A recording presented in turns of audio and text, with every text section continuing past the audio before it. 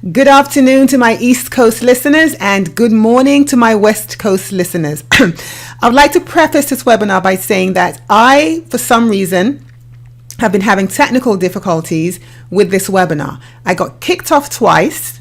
So what I've decided to do, what I have decided to do is to continue recording the webinar and just send out the replay to everybody who signed up.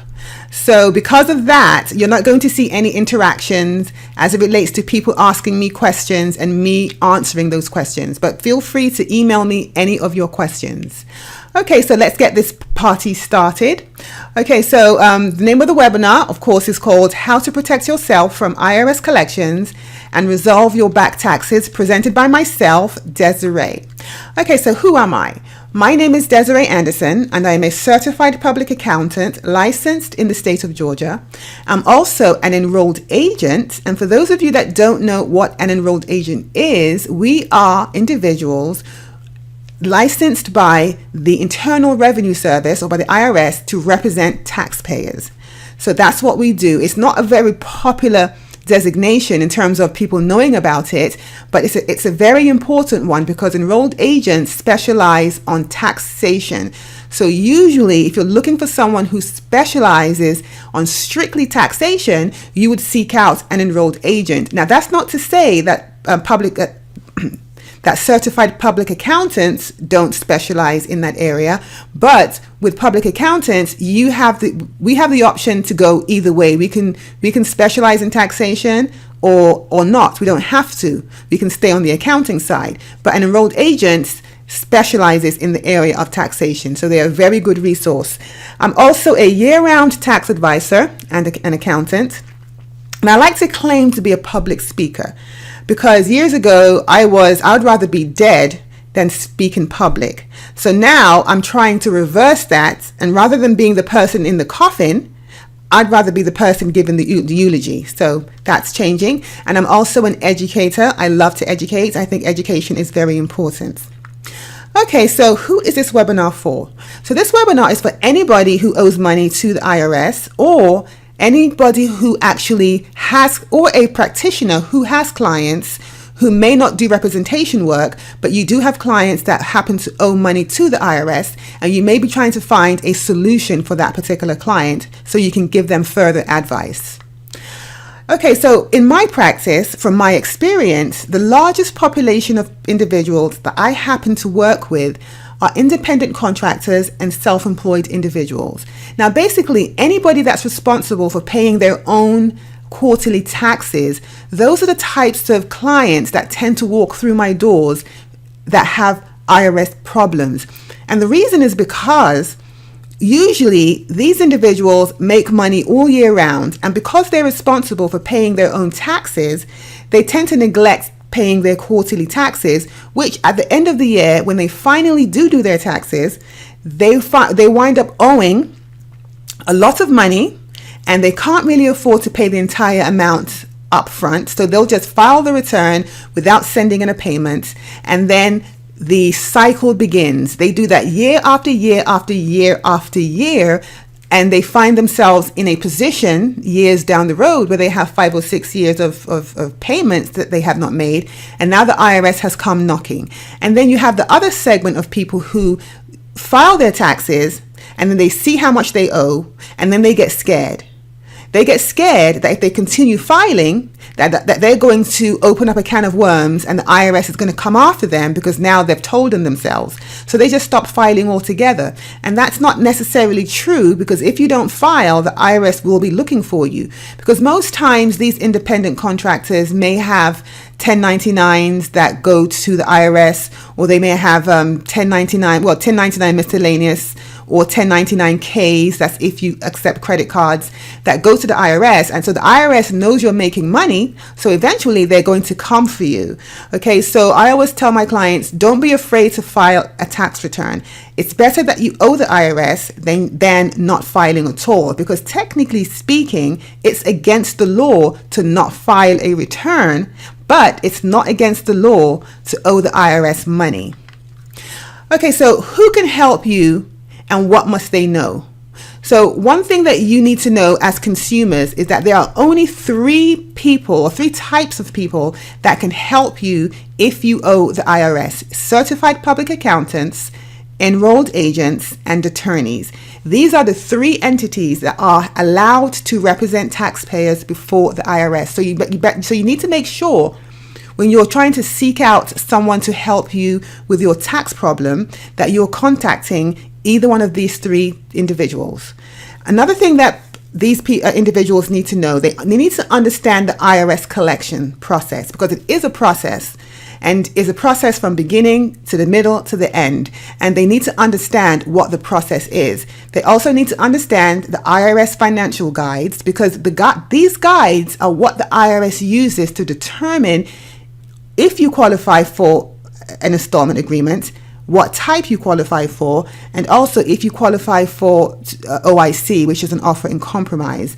And also they need to know the collection alternatives. There are different types of alternatives that each individual can fit into. So I always say, if I have 100 people that I happen to be representing before the IRS, out of the 100, there is an alternative that each one is going to fit in. So it's going to be different for everyone depending upon what your personal situation is. So the topic of discussion, without having to read all of this, but I'm going to read it anyway, is going to be statute of limitation and how that affects your tax debt, IRS liens and levies, why are you liened, why were you levied, and how to remove the lien, how to get rid of the levy, the different types of installment agreements, the offer in compromise, also known as pennies on the dollar. And I do know that for most of you, when you're driving in your car or you're up at night listening to television and an advertisement comes on, you hear, oh, we'll settle your debt for pennies on the dollar. But what they're really saying is they're really referring to the offer in compromise. So we'll talk a little bit about that and talk about who really does qualify for that particular option. And then we'll talk about discharging your debt through bankruptcy, which technically speaking is more for an attorney, but I'll just touch on that.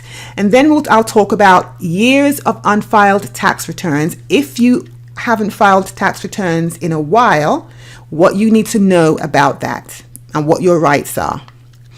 Okay, so how the collection process starts. Usually, the collection process starts after you file your tax return and the IRS assesses a tax. Now, usually, if you once you're done preparing the return, you see how much you owe. If you send the return in with how much you owe, case closed. The IRS is not going to contact you. They just say bye-bye and we'll see you next April 15th. On the other hand, if you do not send in what you owe with a tax return, this of course starts the entire process of collections. This, and also if you don't file a tax return and then the IRS goes and files it on your behalf based on the information that they have from you that they collected from a third party, they just go ahead and file the return for you, say that you owe $1 million, and then the collection process starts. Okay, so how does the collection process start? It starts with love letters. The first love letter they send you is telling you, excuse me, Mr. Anderson, you have a balance with us. Okay, let's assume I ignore them and say, I'll speak with you later, not interested right now. Then they'll send me another letter and say, hello, did you forget about us? We're still here. You still have a balance. When we haven't heard from you, when are you going to contact us? Okay, so if I further ignore them, then they start threatening. They'll say, okay, I'm tired of you ignoring me. Now it's time for us to threaten you, basically. Then they send you a letter of intent to levy. And they say, okay, we've tried to get a hold of you. You have not responded. So now if you don't respond, we are going to levy your assets. These assets can be bank accounts. It could be your paycheck or whatever the case may be.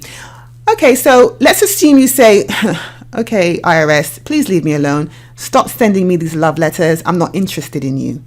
Then they'll say, oh, okay, really? We're going to send you another letter. And this particular letter, we are telling you that we are going to now levy your assets. However, we are giving you 30 days to respond.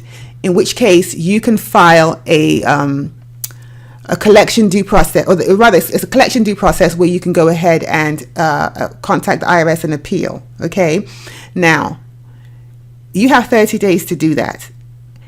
If you don't do that within the 30 days, then at any point moving forward, the IRS can surprise you and levy your assets. Now, let me just say this. It could happen 30 days after the fact. It could happen 60 days after the fact. It can happen 6 months after the fact. You don't really know when they're coming. In my experience, I've seen it happen sooner than later. Sometimes you wonder, did the IRS forget about me? I know they threatened to levy me, but I haven't heard anything from them. And then all of a sudden, out of nowhere, you get levied. Either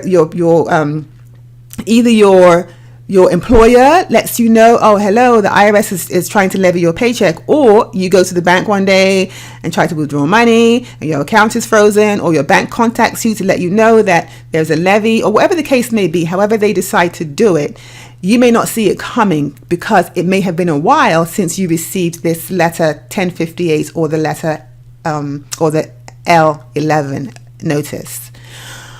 Okay, so what is the statute of limitation? Basically, the IRS has 10 years from the date of assessment to collect a tax debt. Now, if for some reason they don't collect it within that 10-year time period, for whatever the reason may be, then that debt becomes completely uncollectible.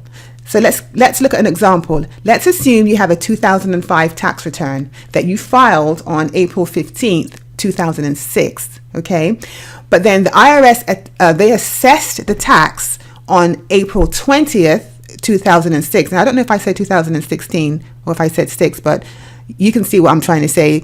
A 2005 tax return filed 4/15/06, and then the tax was assessed on 4/20/06.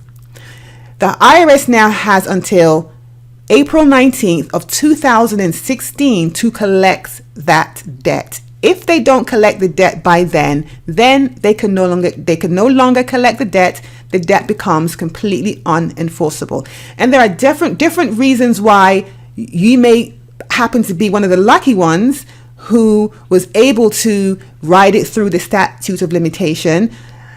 But also keep in mind that even though there is a 10-year statute, there are certain circumstances that can toll that debt. Now, when I say toll the debt, what it means is, even though it's 10 years, if you file bankruptcy, if you have a pending installment agreement, these things can toll the debt. So that means that, yes, you had 10 years, but while you were filing for bankruptcy, let's say while you had a pending installment agreement, let's assume that it took the IRS, I don't know, let's just assume 6 months to get through the pending installment agreement. That means that your statute of limitation is now 10 years plus 6 months plus an additional, sometimes it's an additional 30 days that they tack on. So the statute, although 10 years, it can wind up being 12 or 13 years. And a good example is if you file for an offer and compromise. If you file for an offer and compromise, and the offer and compromise, let's assume it takes about 18 months for the IRS to finally agree or not agree or do whatever the case may be. If they decide not to agree, that means that entire time period while you were applying for the offer and compromise gets added on to the statute of limitation, plus an additional, I want to say it could be 6 months. I'm not sure right now, but you can research that. So just for your information, so yes, it is 10 years, but there are other things that can cause it to be longer than 10 years. Okay, so how the IRS gets your attention. The IRS gets your attention through either a tax lien or a tax levy. A tax lien, as most of you know, is a public notice, and a levy is seizure of your assets. So the tax lien basically is the IRS goes and they record a lien in the county that you live in. The levy seizure is that they seize your personal assets. Now, one thing I have to say is, with the IRS, If you have a tax debt and you owe the IRS, automatically that you have a lien against you. It's automatic. Okay, the IRS they don't have to go to court to try to get the judge to agree to lien you. It's absolutely automatic the minute you owe the IRS money. Now, whether or not they file the lien is a totally different story. If they file the lien, that means they're putting the public on notice that, oh, by the way, I'm just letting you know that we have a lien against this person, and that so if they sell anything, if you give them any loans, whatever the case may be, it can be affected by the lien. Now, if the IRS does not file the lien, or rather, if they do not file the public notice, that means that there is no record showing that you have a lien against you, so nobody's going to know. That being said, remember, automatically, the IRS, you do have a lien against you. It's just a matter of whether or not it has been filed. So I wanted to make that clear. Okay, so what is a tax lien? As I said earlier, a tax lien is a public notice. It attaches to every single thing that you own or will own in the future, including cash. Sometimes people say, let them lien me. I don't care. I own nothing. Okay, true. You may own nothing today, but in about 5 to 6 years, you may own something. So that lien follows you wherever you go for the stuff you have now into the stuff you're going to have in the future. Okay, so usually with IRS lien, it supersedes all other liens with the exception of a mortgage and property taxes. Those are the only two liens that the IRS lien does not usually supersede. Okay, so a lien attaches to you, as I said earlier, automatically by law. A notice may be filed if you owe over $10,000. So normally, if you owe over $10,000, this is when the IRS starts to say, okay, we may go ahead and just file the notice. Now, I've seen the IRS file a notice for less than $10,000. I have. And I've seen people who have debt for way more than that who have not had a notice filed against them. So there is no science to how the IRS does things. They have their rules and their regulations and things that they can do. Now, whether or not they do it to you is another story. So you can have the exact same situation with another person. However, the way the IRS treats both of you may be different. And usually it's because they're short-staffed. So they just don't have the manpower to just do everything that the law states that they are allowed to do. Okay, so when you have a lien, you cannot transfer or sell assets that are covered by that lien. If you owe under $25,000, the IRS will remove the lien if you agree to certain terms. So what this means is, let's assume that you owe the IRS, I'll say $30,000, and then they decide to file a notice of lien against you. And you're trying to buy a house, you're trying to do something that affects, that lien happens to affect. So you want to know, okay, how can I get this lien reduced or taken off? The IRS will remove the lien if you bring your debt down from $30,000 to under $25,000. They will then agree to remove the lien under the condition that you agree to have your either your paycheck automatically automatically, you know what I'm trying to say, or have your bank account automatically debited. Then they will go ahead and remove the lien, and you can go ahead and do what you need to do. Okay, there are 3 ways to remove a tax lien. Either by applying for a discharge of an asset, apply for a subordination of rights, or apply for a complete withdrawal. So when can you apply for a discharge of an asset? Let's say, for example, you have a lien against you, and you own a home, you own a boat, you own a vehicle, and you decide that you want to sell that boat. Now, in order for you to sell the boat, remember the IRS has a lien on that. So you can't just go around selling stuff without them, discharging or doing something.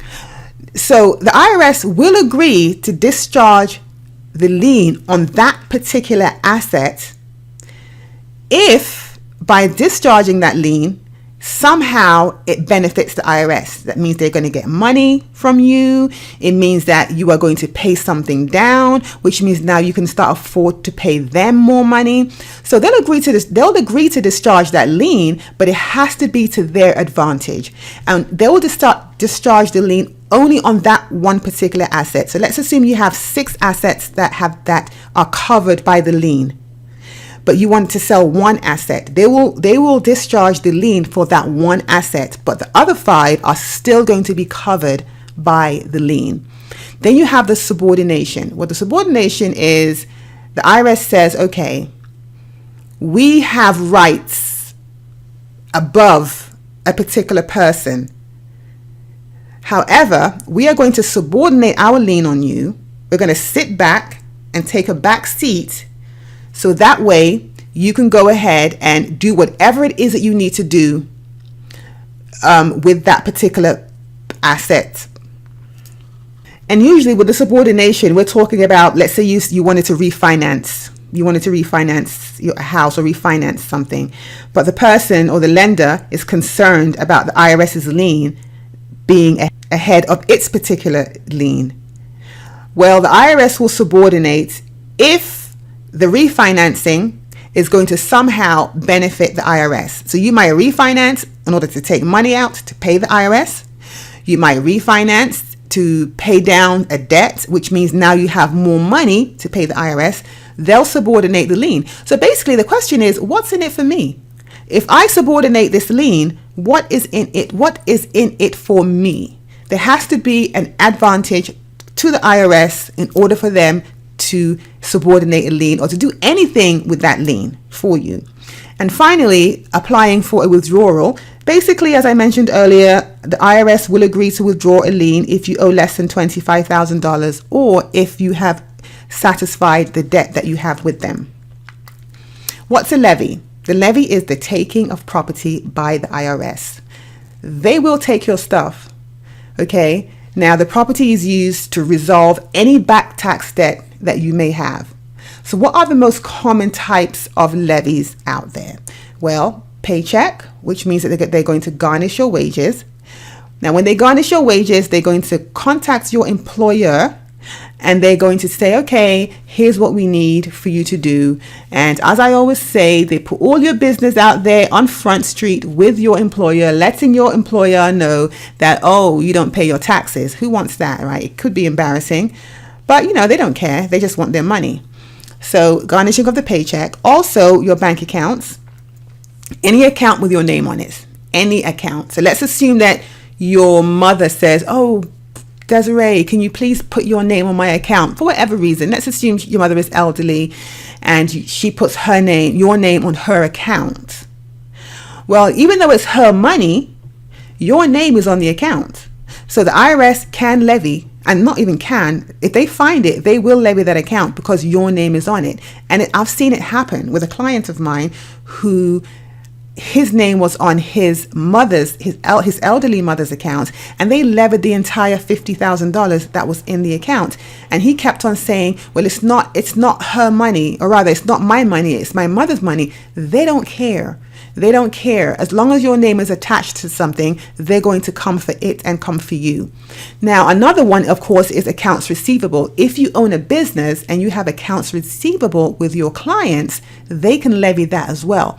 Now, I recently had an experience with a client of mine who is a hairstylist, and she uses Square to collect money from her clients.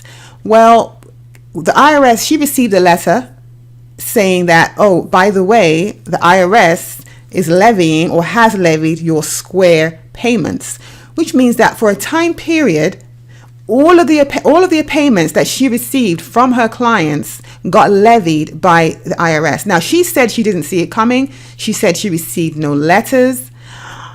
However, usually the IRS, they normally do send you letters. They send you letters to let you know that, yeah, we're coming for you. We're coming to levy you. And normally people may not realize that they received a letter for a couple of reasons. One, because the letter comes in and they just ignore it and say, oh, I'll open it later. And they may forget to open it. And as each letter comes in, they don't open it. They just shove it under the kitchen sink or throw it away. Or I was on a TV show one time, and the guest said, oh, well, one of the things that they shouldn't do is send a letter back to the IRS, which I thought was very funny.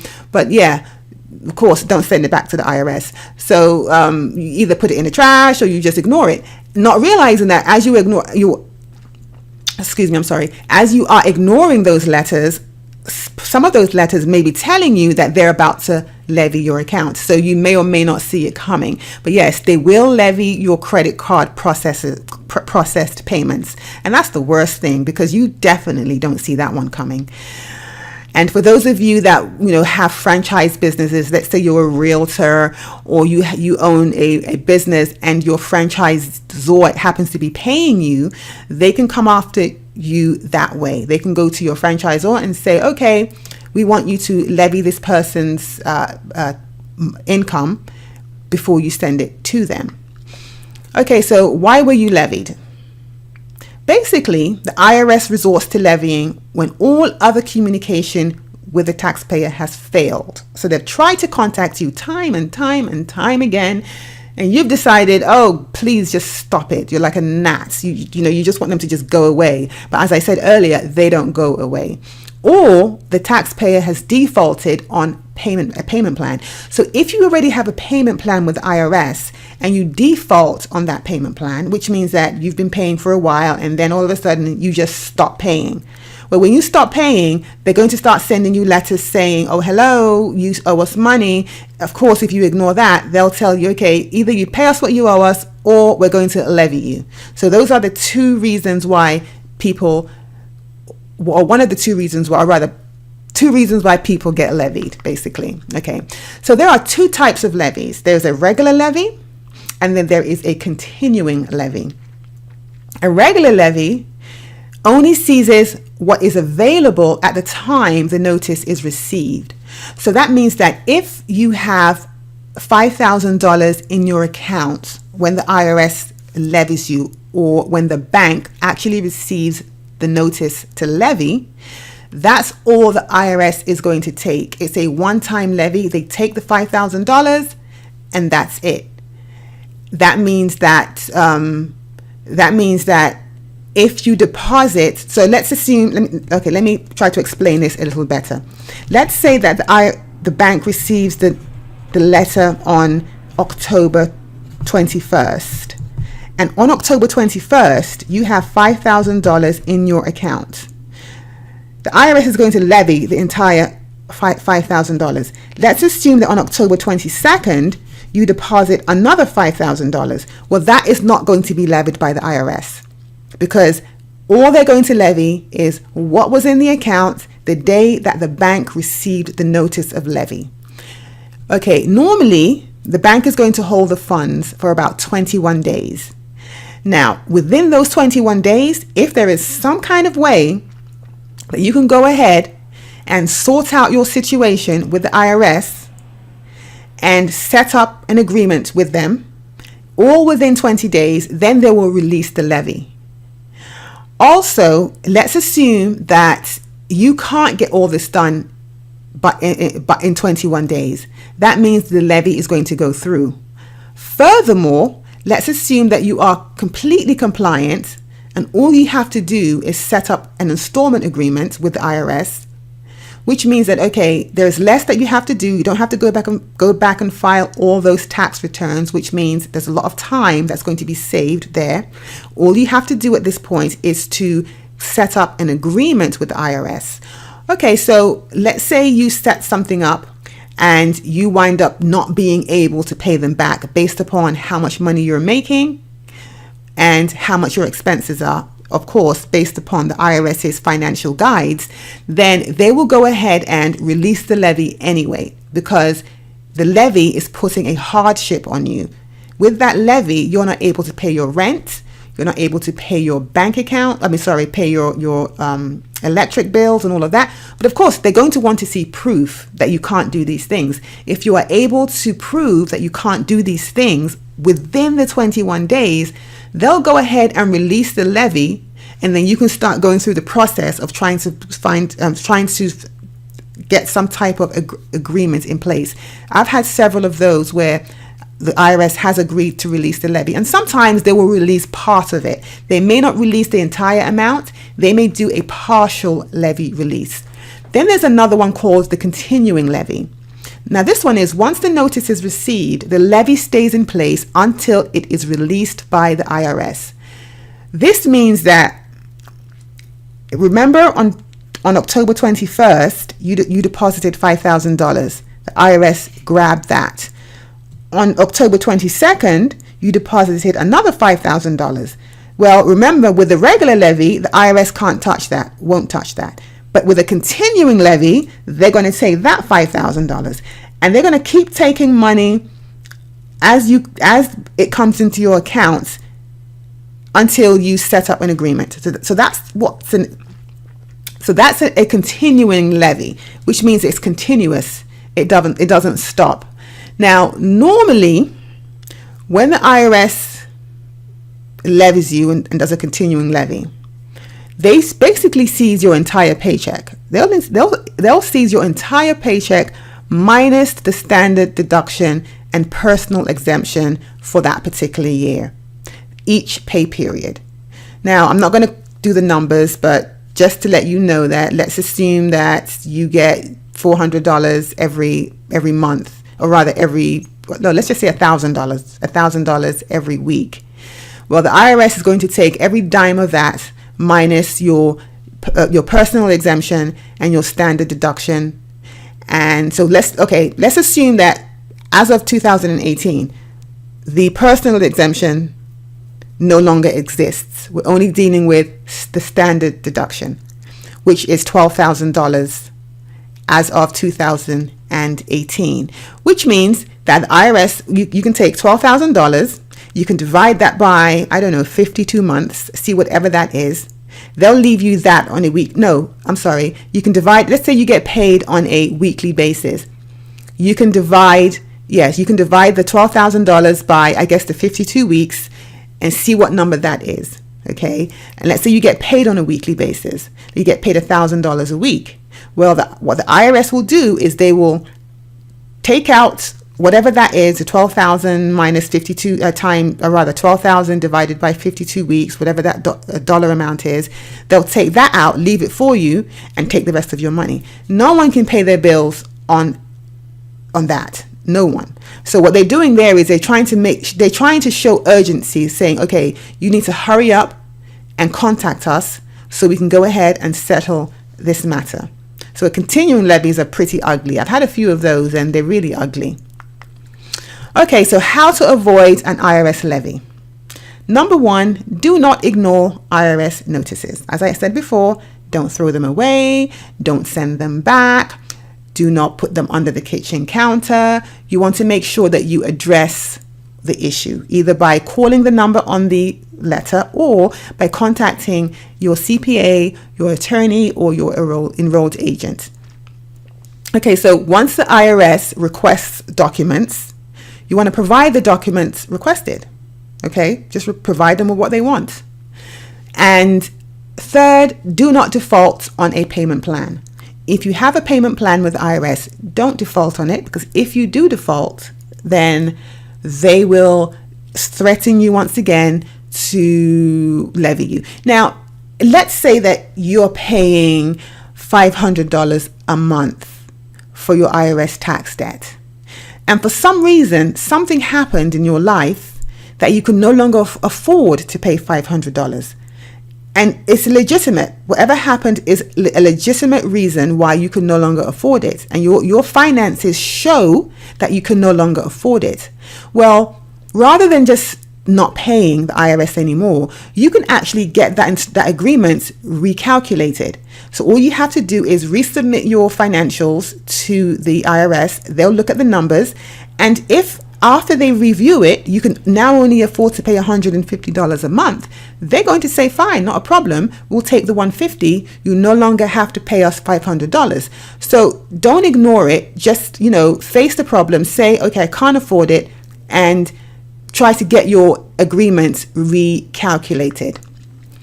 Okay, so can I request a levy release? I think I discussed that earlier. Yes, you can. You must provide full financial information to request a levy release. You must demonstrate that the levy creates a financial hardship. This is something I mentioned earlier. If it is proven that it presents a financial hardship, the IRS will release either the entire levy or partial. Okay, so now let's talk about tax debt resolution alternatives. So as I mentioned during the beginning of the webinar, there is a solution for everyone. Okay, so we have something called currently not collectible. We have installment agreements, and we have the also famous offer in compromise that everybody seems to want to be eligible for. Okay, so what is currently not collectible? Currently not collectible means that you have very little to no assets. It means your income is just enough to cover your expenses. Now, I would like to say this, that okay, when I say that your income should be enough to cover your expenses, not the expenses that you say you have.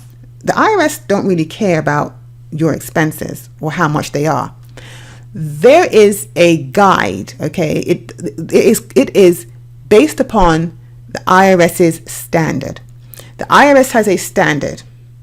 So depending upon the state you live in, the county you live in, there is a set standard that the IRS gives to everyone. They'll say, okay, you live in DeKalb County, therefore we're telling you that we are giving you, I'm just throwing out some numbers, $1,500 a month for expenses. That's all you are allowed. If you have more than that, then let's talk. Let's see if somehow or another it's okay with us. But for the most part, they go by their standards, give or take. So you can't just say, oh gosh, my expenses come to $8,000 a month, I can't afford to pay the IRS.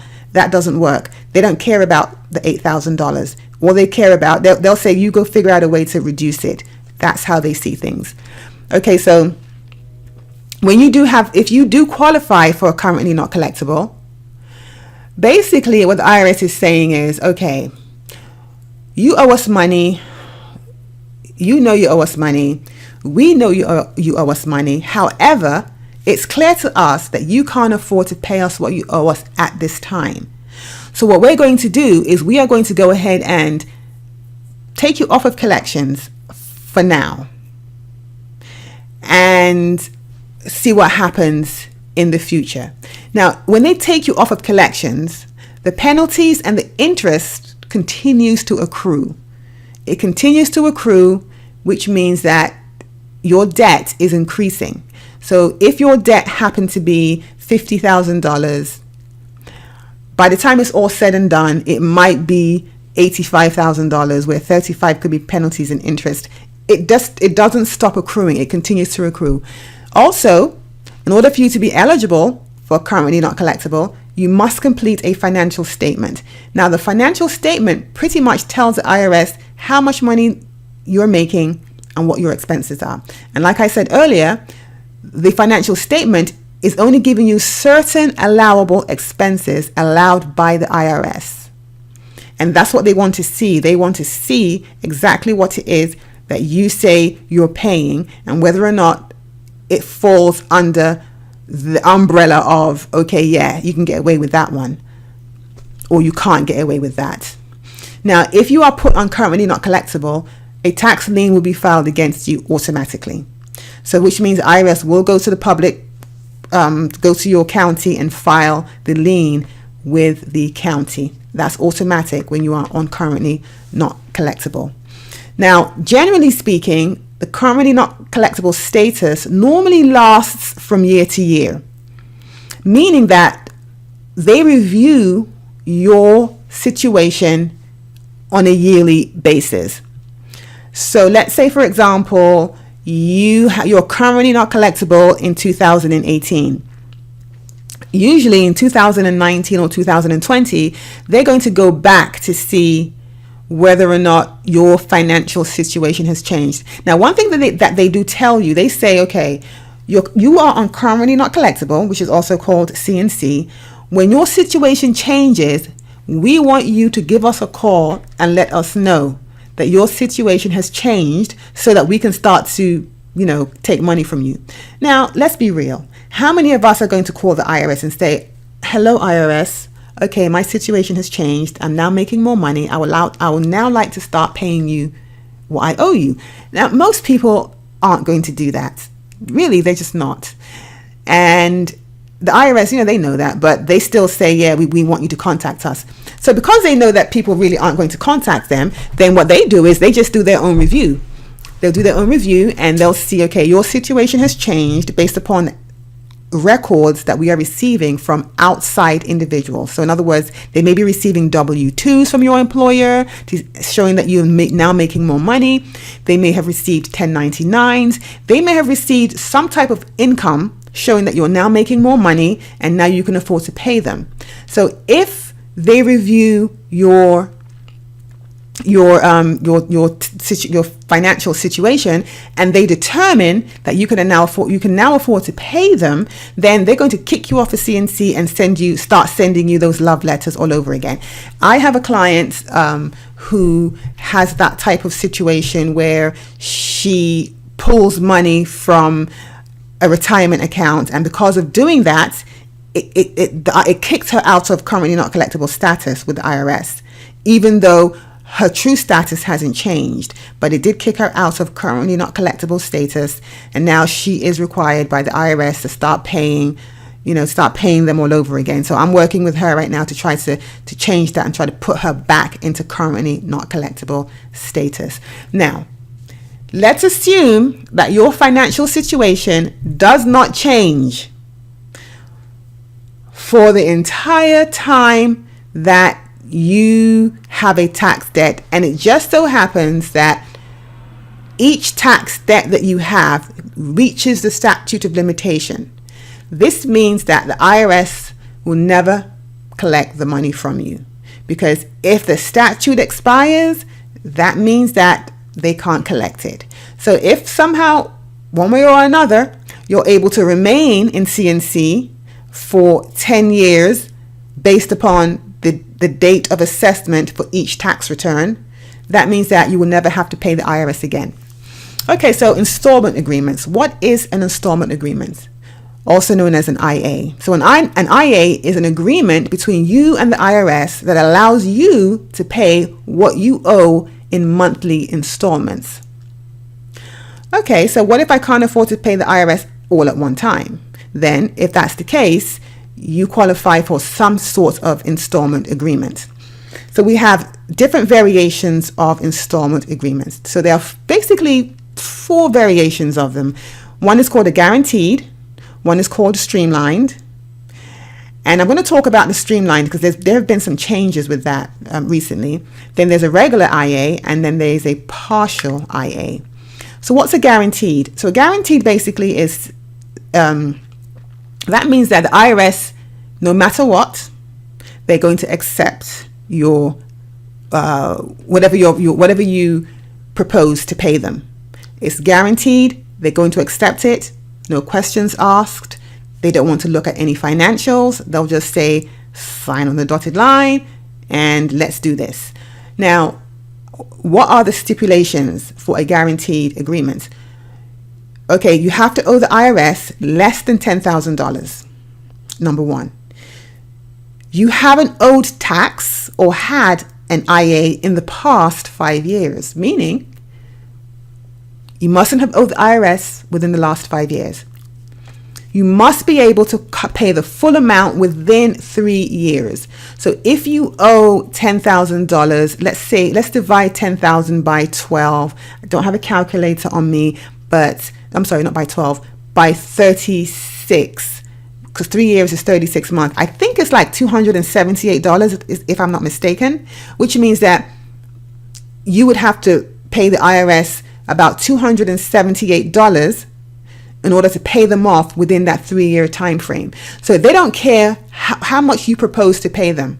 As long as it's going to pay off what you owe within that 3-year time frame, then they're going to approve the guaranteed agreement. And also, as I mentioned earlier, no financial statements are required. Then you have your streamlined agreement, which has changed, through the years. It has, fluctuated. So I know some of you have heard something called the Fresh Start Program. And I know people assume when the IRS says Fresh Start Program, they're saying, okay, we're going to throw away everything you owe and start from fresh. Meaning that, okay, you owed us $100,000. Okay, we forgive you. We're going to start from fresh. Now, let's move forward from that. Well, that's not really what that means. Basically, the Fresh Start Program was just a way to ease the pain when it comes to paying the IRS back. So before the Fresh Start Program, the rules were a lot more stringent, and what you had to pay back was a lot more on a monthly basis. With the Fresh Start Program, they have expanded things where you no longer have to pay quite as much as you would have been required to pay prior to the Fresh Start Program. Okay, so who qualifies for the Fresh Start Program?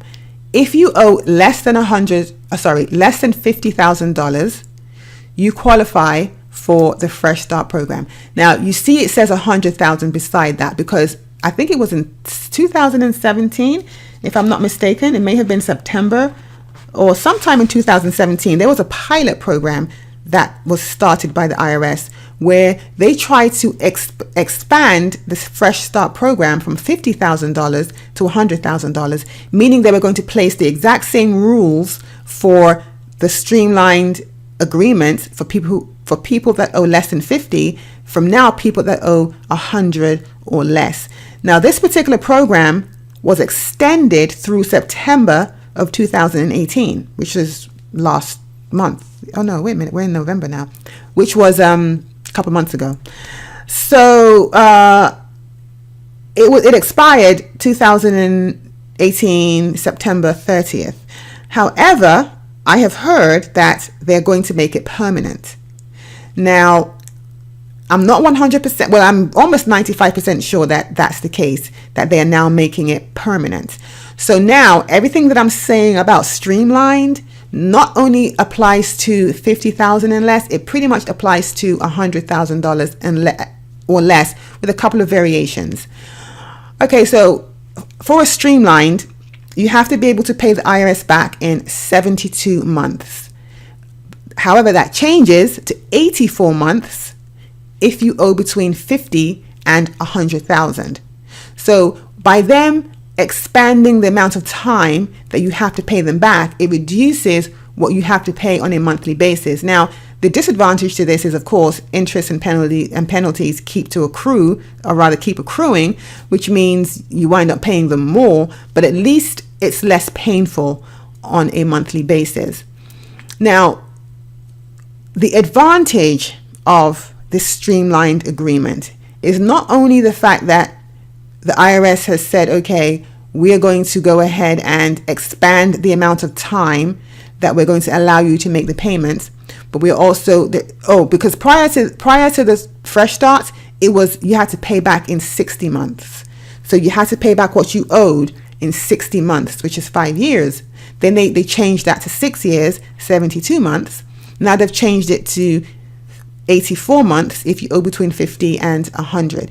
But now the main advantage to this streamlined agreement is the fact that you no longer have to show financial statements. And you'll see what I'm talking about. You'll see the advantage of that when I move on to just a regular IA. You'll see what the difference is. Okay, so for a regular IA, you have to I'm assuming now it's over 100,000, since the 50 to 100 now falls within the streamline. Now one other thing also, I do believe that if you owe between 50 and 100, even though you're not really required to show financials, I do believe that between 50 and 100, you have to agree to a direct debit from your bank account, or to have a payroll deduction. If you agree to that, then the IRS won't look at financials. And even if they do look at financials, they're going to look at it, I wouldn't say casually, but they're not going to dissect it as hard as they would if you were going through a regular installment agreement. So that's one of the differences. Now, with a regular agreement, financial statements are required. Okay, you must pay the amount in full within 72 months. Now, I'm not sure whether with a regular agreement, if they've gone up to 84 months, not 100% sure of that, because this is something that is brand new, that they finally decided to make it permanent. I want to say less than a week ago, a couple of days ago. So they haven't, and I'm quite sure they're going to tweak things here and there. So things are going to change here and there. That's why it's important that you work with an individual who is familiar and who keeps up to date on what's going on. That way they know the newest and the latest changes that the IRS has made. Now, the thing about the regular agreement is that the IRS conducts a thorough review of your financials.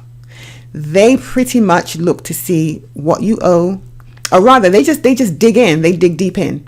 The disadvantage to the regular agreement is that whatever your disposable income is after the IRS does their financial calculations, saying, okay, based upon what the IRS allows, you are now left with $5,000 a month after all of your expenses have been paid. The IRS wants the entire $5,000. They want the entire $5,000. They don't. So it's almost as if they don't even look at it and say, okay, well, you can pay this, or you can pay less, or we'll just divide it by a certain number of months. What they usually tend to do is they want to take whatever your disposable income is. Usually that's how they operate. That being said, there is some flexibility there. So usually if you're in a situation where you are going to be required to have a regular agreement, you definitely want to work with a professional, because at that point you're going to need somebody who truly understands what you can and cannot get away with. Because the IRS, if you try to do it on your own, you don't know all the laws, you don't know all the rules, the IRS will take advantage of that. If you're dealing with a professional, they know the laws, they know the rules, so they can sort of push back with the IRS. Now, when I say push back, I'm not saying be mean or be nasty, because you don't want to be mean or nasty to the IRS, because they pretty much are in control.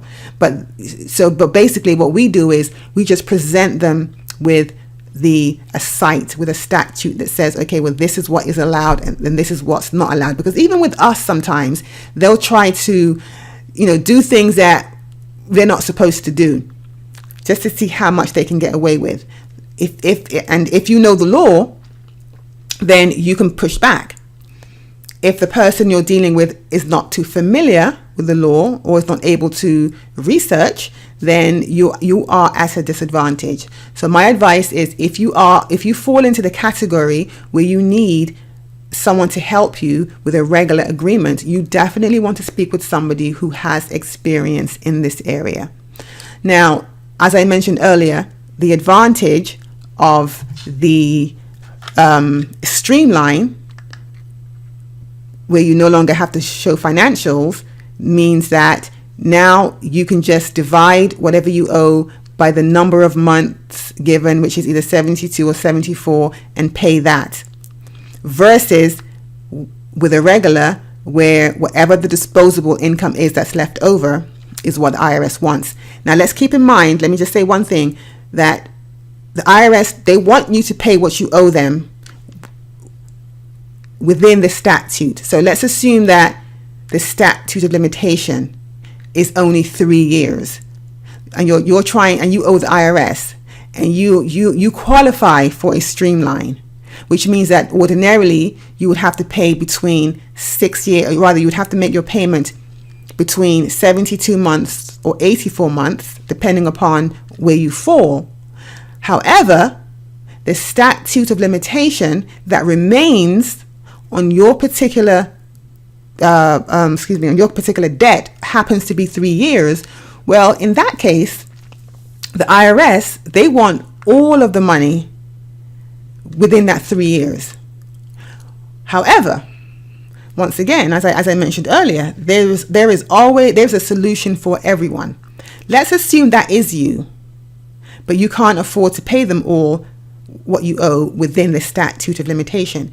Then there's something called the partial agreement, okay, also known as the PPI. So it's partial pay installment agreement. I believe that's what it means.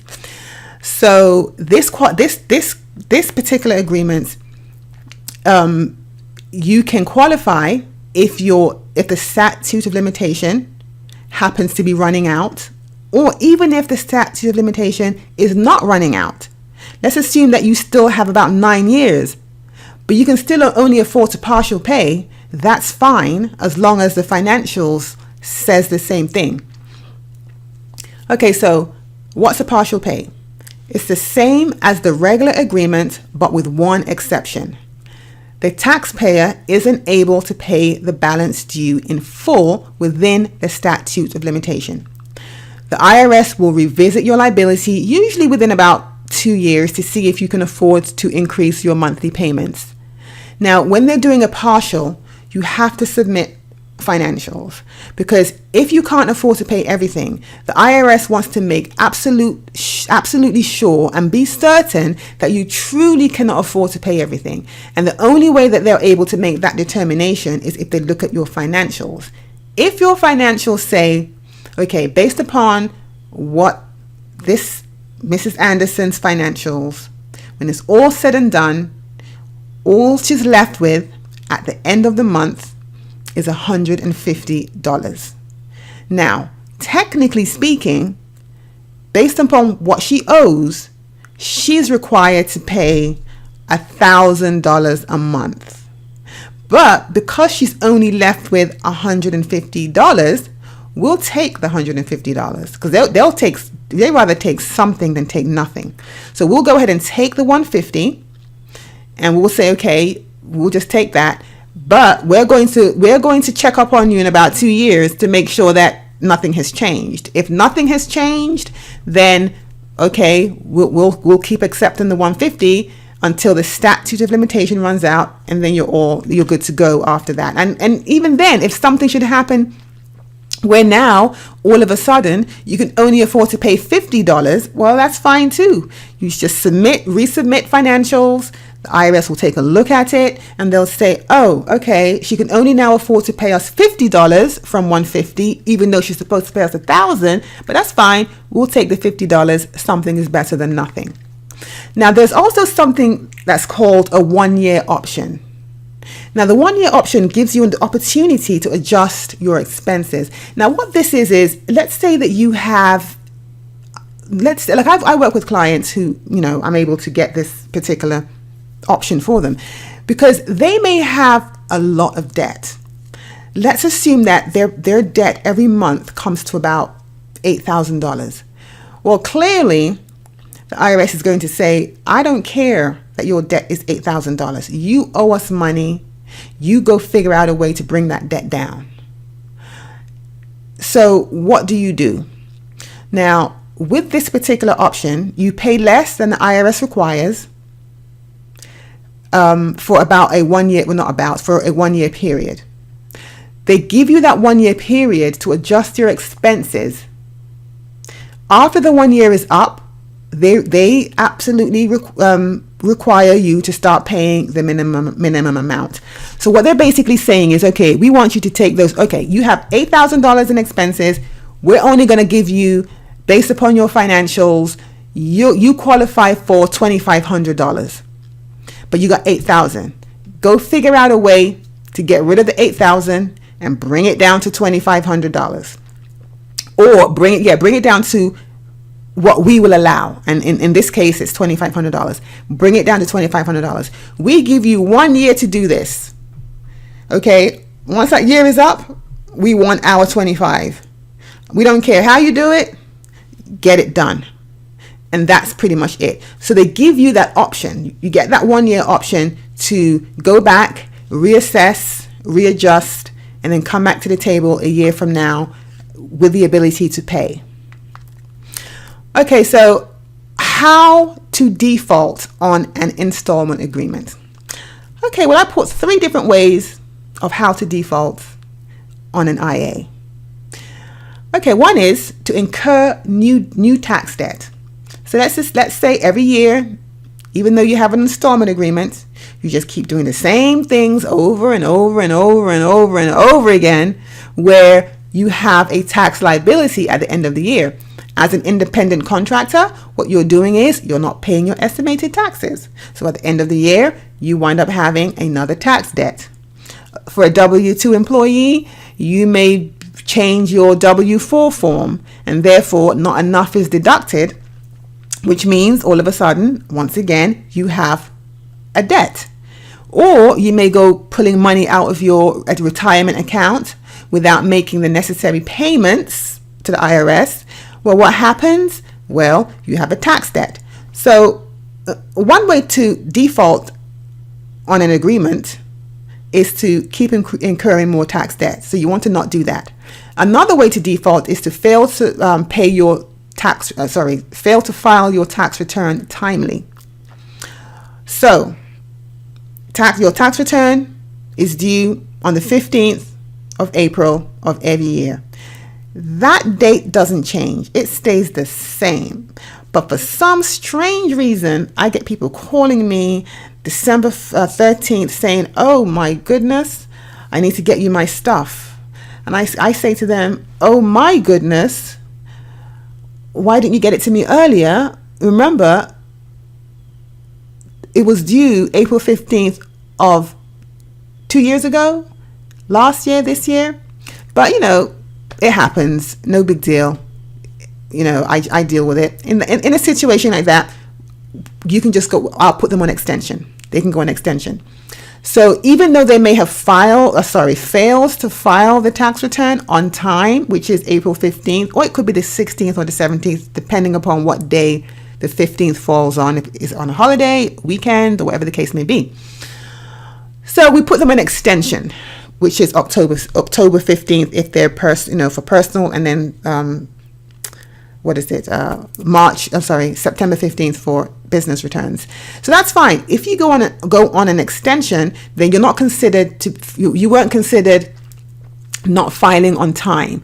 So you have to file before the due date, which is April 15th, or go on extension and then file by October 15th.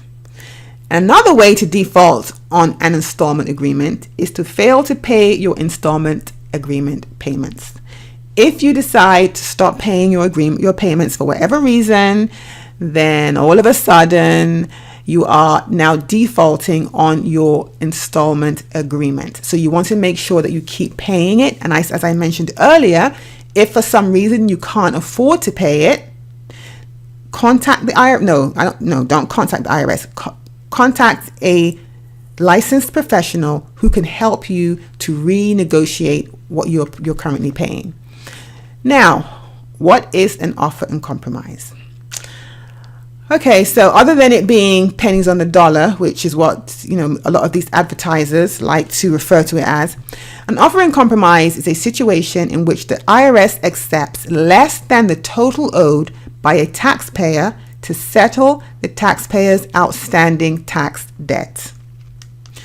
Now, what many taxpayers don't understand is that the offer and compromise program at its core is a formula, which means that many offers filed by taxpayers and some practitioners are not accepted because they fail to consider the formula and make offers that stand absolutely no chance of success from the moment they are filed with the IRS. Now, I say before, if anybody ever tells you that, oh, we can get you an offer, before they actually sit down with you and have a conversation and go through a preliminary analysis, then I say run the other way, because now they're just trying to trick you out of money. Because these offers and compromise can get expensive, and the reason why they can get expensive is because we can take you from owing $500,000 to possibly paying $1,000. So to me, I think it's worth, whatever a person is charging you for, if they can take that amount of debt off of your plate.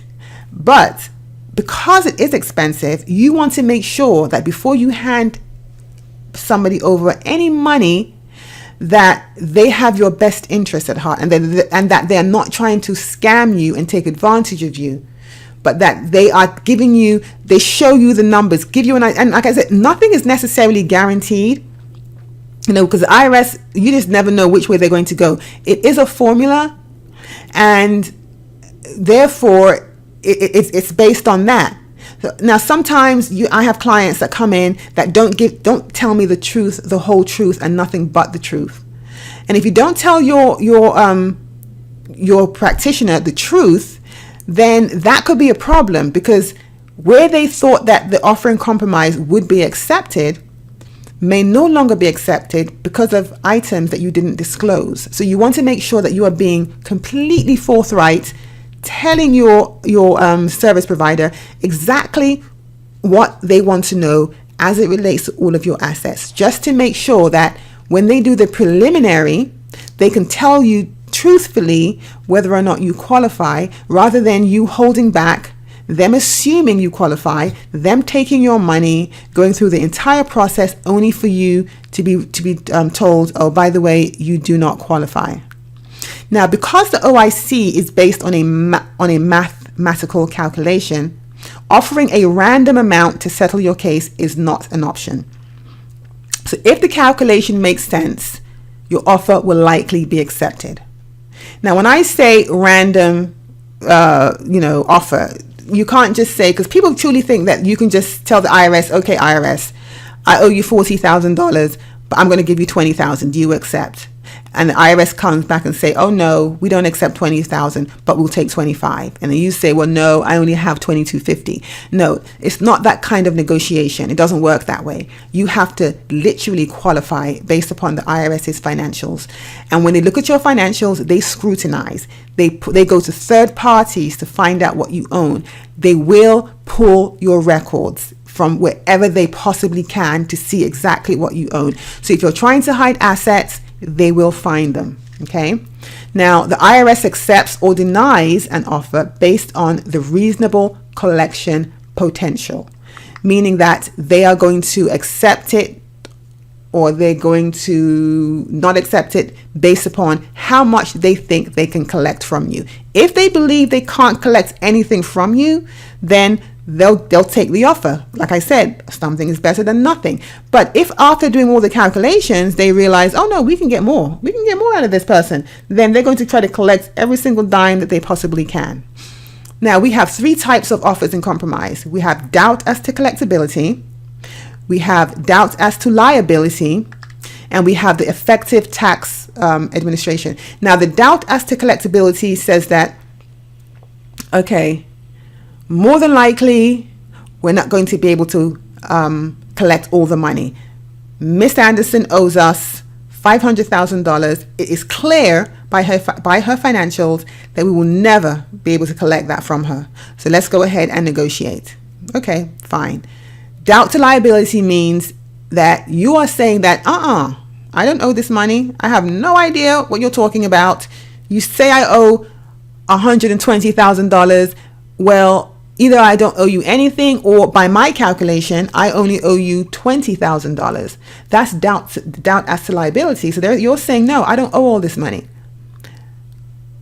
And then finally, you have the effective tax administration, which means that the IRS has gone through they have gone through all of your financials, and it has been determined that you owe them the money. And not only do you owe them the money, you can afford to pay them based upon the assets that you own, whether it be cash in your account, whether it be your home that's paid off that has tons of equity, whether it is a ton of boats that you might own, whether it is a retirement account.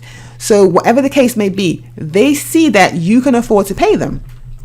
However, for some reason, although you can afford to, you're not able to and the because can be because you are sick, you have cancer, or you have some type of debilitating illness that is going to require you to use the money that you have to take care of yourself.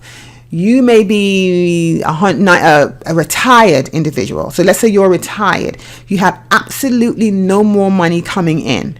Okay, you have no more money coming in, so whatever you have got to live on it. So let's say you're 65 years old, either you're retired due to disability, and the IRS's calculation says that more than likely you are a female, 65 years old, you live here, which means more than likely you're going to live to about 1,000 years old.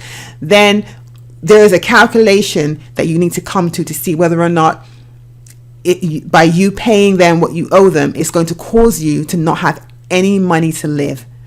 And once again, like I said earlier, if you are sick and you have incredible debt, bills you have to pay for your medical care, then you may fall under the category where you don't have to pay them back. Now, this is very, very difficult to get. Okay, it's not easy to get this. More than likely, if you apply for the effective tax administration, more than likely the person who is actually the OIC officer who is handling it is likely going to say, sorry, we reject it. You're more than likely going to have to go to appeals with this one. And if you have all of your paperwork in check, all of your paperwork intact, and you can prove whatever it is that they want you to prove, you should be fine. But it's a hard one to get, but it is available. Then we have bankruptcy and your tax debt. I always say hire an attorney. Okay, first and foremost. If you are considering bankruptcy, hire an attorney. I always say I am not an attorney, and I don't play one on the radio, nor do I play one on webinars. So I can't help you as an attorney. However, I can tell you a few things. So as I said, I can't give you legal advice. And let me clarify a few things about how bankruptcy may affect your tax debt. So I'll just do that really quickly. Okay, so can your tax debt be discharged under bankruptcy? The short answer is yes, it can be. However, the general rule is the taxes has to meet several exceptions in order to be dischargeable in bankruptcy. So we have two types of bankruptcy. We have Chapter 7, which discharges your entire debt.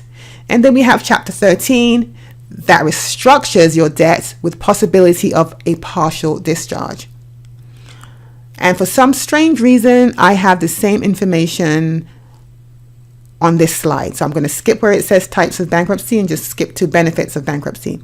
So the benefits of a bankruptcy is you get an automatic stay. So Section 362 of the Bankruptcy Code provides that all collection activities by creditors must cease, including the IRS. So which means if you owe the IRS, the minute you go into bankruptcy or somewhere there, they cease to try to collect money from you. Now, taxes may be discharged depending upon your certain circumstances. And like I say again, consult an attorney for advice. I keep saying that because I just want you all to know that I'm not giving legal advice and that you do need to contact an attorney when it comes to bankruptcy issues. So am I eligible for a discharge? Let's see. let's talk about the 3-year rule. Your taxes are eligible for discharge under these circumstances. Now, there could be other factors involved that I'm not aware of, because once again, I'm not an attorney. I can't say that enough. So just based upon the tax rules, I can tell you what makes your debt eligible, but an attorney is going to help you finalize this whole entire thing. Okay, so there's a 3-year rule. That means your tax must be more than 3 years old based on due dates of return with regard to extension, which means that you have to have filed your tax return at least 3 years ago. Okay. Then there's the 240-day rule, which means that tax must have been assessed at least 240 days prior to bankruptcy. And this could be any additional tax from an exam or from an amended return. So let's assume that you submitted your tax return, you were assessed, everything is all good, but then something happens where an additional tax was assessed on that same tax return. This means that it has to be at least 240 days old for that portion of the tax debt to be dischargeable in bankruptcy. Now, if I'm talking out the side of my mouth and I don't know what I'm talking about, I would definitely welcome any attorney to correct me. I think I'm right. I'm quite sure I am, but I'm up for correction. Because once again, I'm going to say it again, I'm not an attorney, so please speak with an attorney. Okay, so then there's a 2-year rule, which means a late filed return must have been filed more than 2 years before the bankruptcy petition, which means that if you filed your return late, let's say it was due for 2018, it's due April 15th of 2019, but you filed it late. Let's say 2 or 3 years after the fact. Well, the 2-year rule says that a late return must have been filed more than 2 years before the bankruptcy petition date. And then there's the non-fraudulent return rule. Basically, this means if the tax return in question cannot have been deemed fraudulent. So it can't be a fraudulent return. Okay? And then, let's see.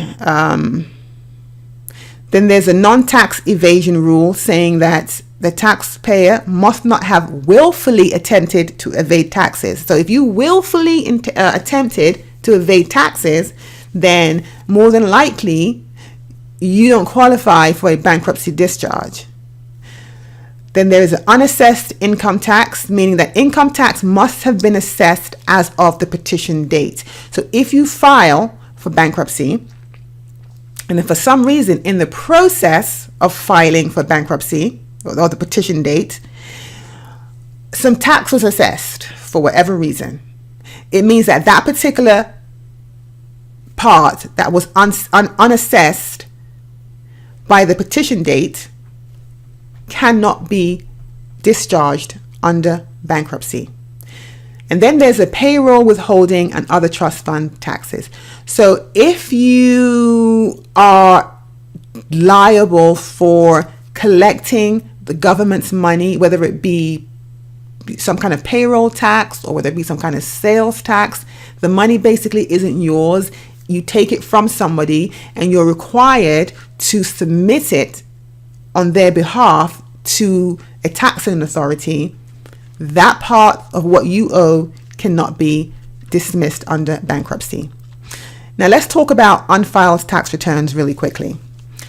So unfiled tax returns. Now let's say you haven't filed a tax return in 10 years. The IRS only requires that you go back 6 years, which means if you haven't filed a tax return since 2008, so you owe 10 years of tax returns to the IRS. You are not required to file all 10. By law, you are only required to go back 6 years, and that's it. Now, you can choose to go back more than that if you have to for whatever reason. Now the reason can be that you're applying for a particular job, a particular position, and that position is asking you the question, have you filed all of your previous tax returns? Well, before you check the box yes, you want to think back and say, did I really?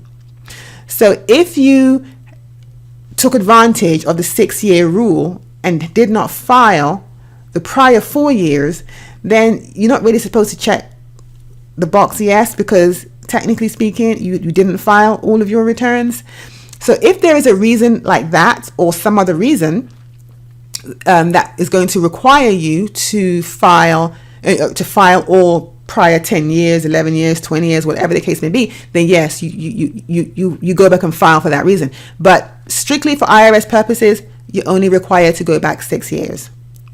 Now there is of course the 6-year rule exception, which means that if the income came from illegal sources, then you don't fall under the 6-year rule.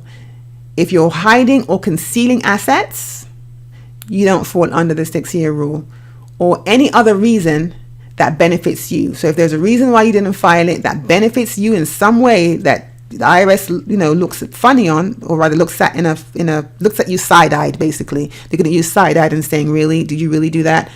Well, under those circumstances, then the 6-year rule does not apply to you. So that's the end of the webinar, and this was supposed to be a live webinar, so that's why you see questions. But since it's not live, then there are no questions. But I do implore that if you feel free to email me if you have any questions. And also, hopefully you saw, as I was going through the webinar, you saw a link where you could click on to download a PDF that I have for you, and the PDF is called Navigating Your Way Through IRS Collections. It has a lot of good information that I think will benefit you. And I do believe that I have a link as well that you can click on to make an appointment if you'd like to speak with me further. I am giving a 30-minute free discovery where you can speak with me if you have any questions. And then here is my contact information displayed so beautifully on the screen. You can take that information and you can contact me either via email, Facebook, or go onto my website, and even on Instagram. So I'd like to thank all of you for taking the time to watch my video, but I'd like to thank you even more for signing up, and I truly apologize for the technical difficulties that I had. And because of that, I'm going to throw away the webinar platform that I was using, and I'm going to try to get a different webinar platform so this never happens again. Have a wonderful day, and I will speak with you guys on the other side.